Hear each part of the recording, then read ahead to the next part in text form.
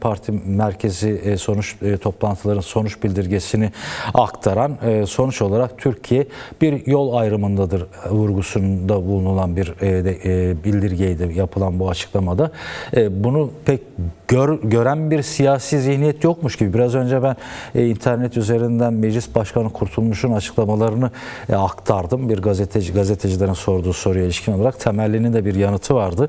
Yani sürecin geldiği ve gelmesi beklenen aşamaya hala gelinmemesinin çok açık bir gözüken bir nedeni var. Meclisin üzerine düşen sorumlulukları ivedilikle yerine getirmemesi olarak gözüküyor. Siz de zaten bu tür uyarılarda bulundunuz yapmış olduğunuz toplantılar sonrasında. Nedir yani bu yaklaşım? İpe un serme diye biz tanımlıyorduk ama sanki ısrar edecekler gibi ipe un serme politikasında. Hem bir taraftan yani karşılıklı adım, öncelik sonralık önemli değil deniliyor. Madem önemli değil, niye adım atılmıyor diye bu konuya dair bir değerlendirmeyle başlayalım. Daha sonra sizin bu parti meclis toplantısı sonrasındaki sonuç bildirgesi üzerine de tartışıp konuşalım. Buyurun. Yani şimdi sorun şu, yani bunu defalarca dile getirdik, yani bugün sadece tekrar edebiliriz. Bir dünyada çatışma çözümlerinin çok sayıda örneği var.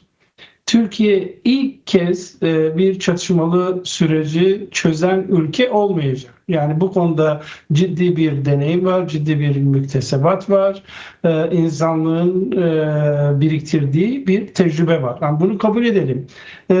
Her ülkenin durumu tamamen diğerleriyle aynı değil. Elbette ki her ülkenin öznel koşulları var. Evet. Ve o koşullara göre farklı uygulamalar da var. Yani bunu da kabul etmek gerekir. Ama evet, sorun şu ki dünyanın hiçbir yerinde, hiçbir çatışma çözümü sürecinde silahlı mücadele yürüten bir örgütün kendisini feshedip, silahlı mücadeleyi sonlandırıp, silahları yakıp, çatışmalı ortamdan uzaklaşmasından sonra o ülkeyi yöneten siyasi iktidarın hiçbir adım atmayıp bütün sorumluluğu karşı tarafa atmasının bir örneği yok.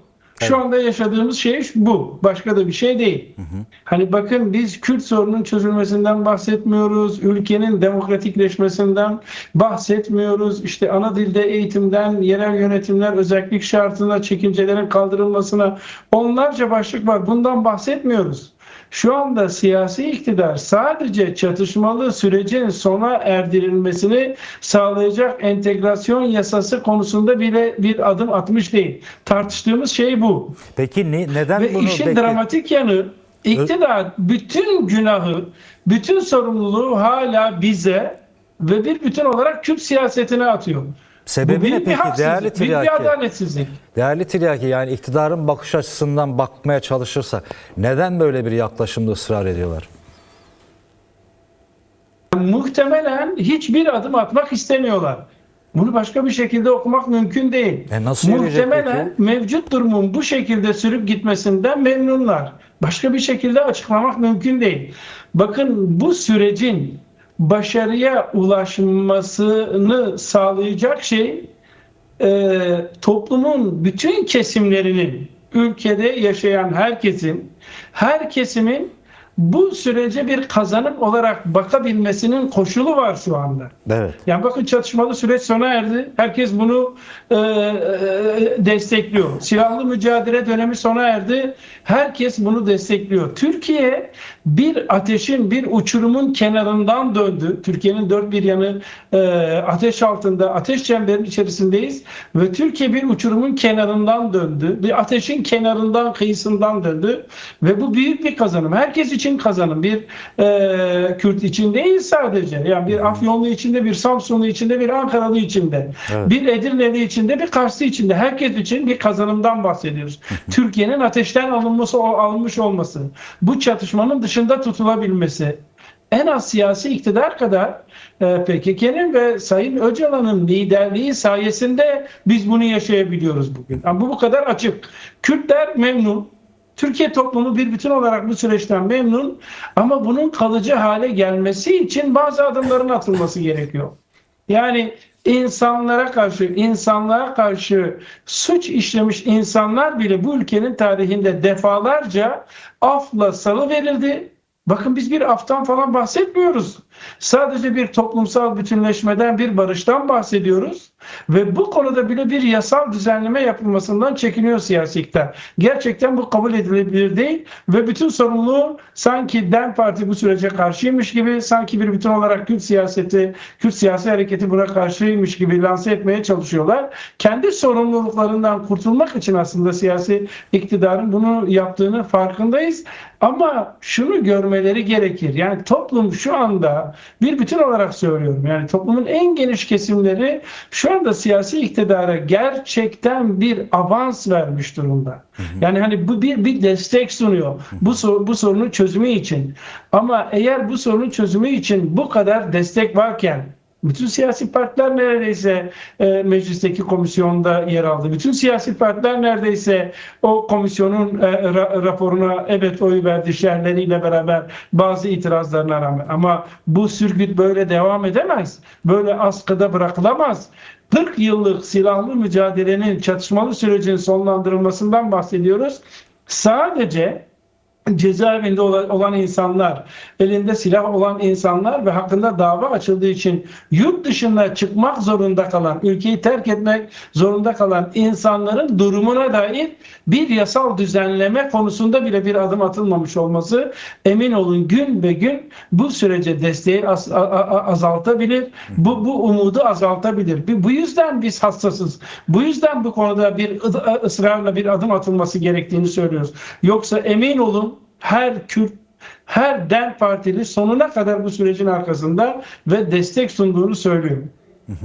Peki şimdi sizin de işaret ettiğiniz gibi belli ki işte adım atma niyeti yok gibi, daha çok beklentiye sahip bir iktidar dediniz de toplumun, yani Kürdü, Türkü, Arabı, Çerkezi kim olursa olsun Anadolu ve Mezopotamya coğrafyasında yaşayan farklı halkların ortak bir şekilde mücadelesini alanlarda, meydanlarda, yani parlamento çatısı altında değil, meydanlarda daha güçlü bir şekilde bu barış talebini seslendirmesi. Önümüzde 1 Mayıs var örneğin, emekçilerin, işçilerin günü olarak biliniyor ama bu savaşların, devam etmekte olan savaş politikasının işte bir şekilde barışçıl bir çözüme ulaştırılmak istenen savaş politikası Kürt-Türk ayrımı yapmadan herkesi vuruyor. Farklı bir şekilde vuruyor. Kimisinin ocağına bombalar düşerek vuruyor. Kimisinin ocağında işte açlık sınırı altında yaşamak zorunda bırakarak devam ediyor. Bu bağlamıyla toplumsal muhalefetin barışın toplumsallaşması adına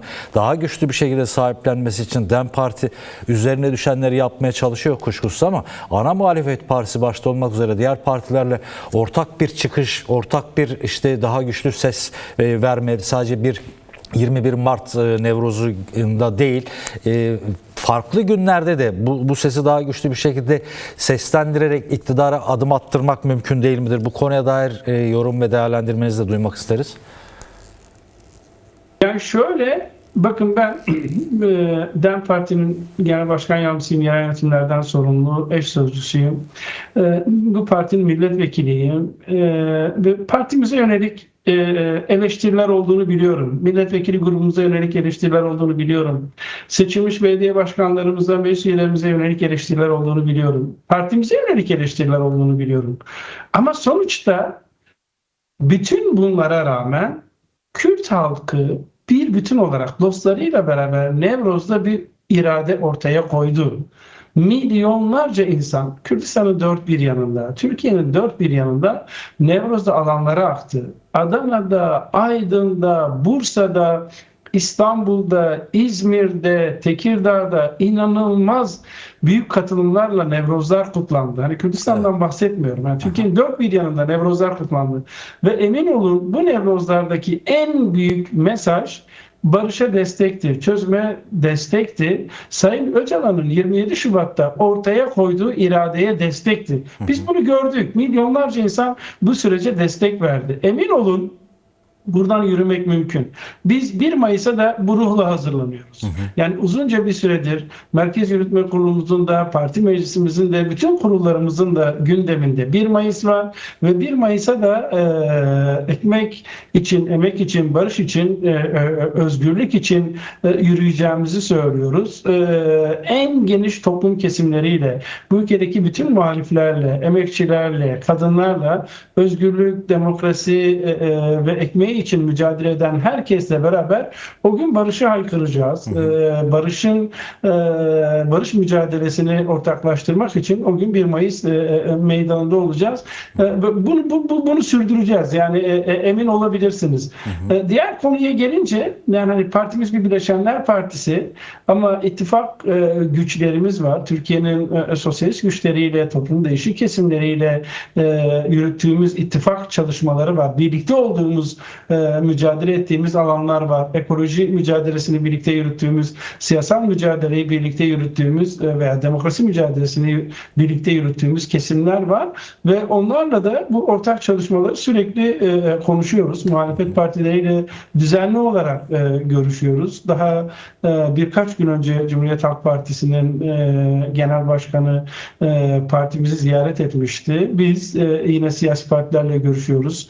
Dün Emek Partisi'nin genel başkanı bir heyetle beraber genel merkezimizdeydi. Hani bu konudaki diplomatik çalışmalarımızı da, ortak mücadele konusunda da, barış mücadelesini ortaklaştırmak konusunda da kesintisiz çalışmalarımızı sürdürüyoruz diyebilirim. Çok çok teşekkür ederiz değerli Tiryaki. Eklemek istediğiniz bir sözünüz daha varsa onu da alalım, yoksa diğer başlığımıza geçeceğiz biz. Ben teşekkür ediyorum. Yani sadece şunu söyleyeyim. Barışın toplumsallaşması gerekir. Yani en önemli konu o. Siyasi partilerin bir araya gelerek veya çatışan tarafların bir araya gelerek çözüm iradesi ortaya koyması kuşkusuz çok değerli, çok kıymetli, en önemli başlangıç noktası. Ama barış ancak toplumsallaşırsa gerçek anlamda kalıcı hale gelebilir. Ve bugün en önemli sorunumuz bu barışın toplumsallaşması ve biz bu toplumsallaşması için mücadele ediyoruz. Mücadele etmeye de devam edeceğiz. Çok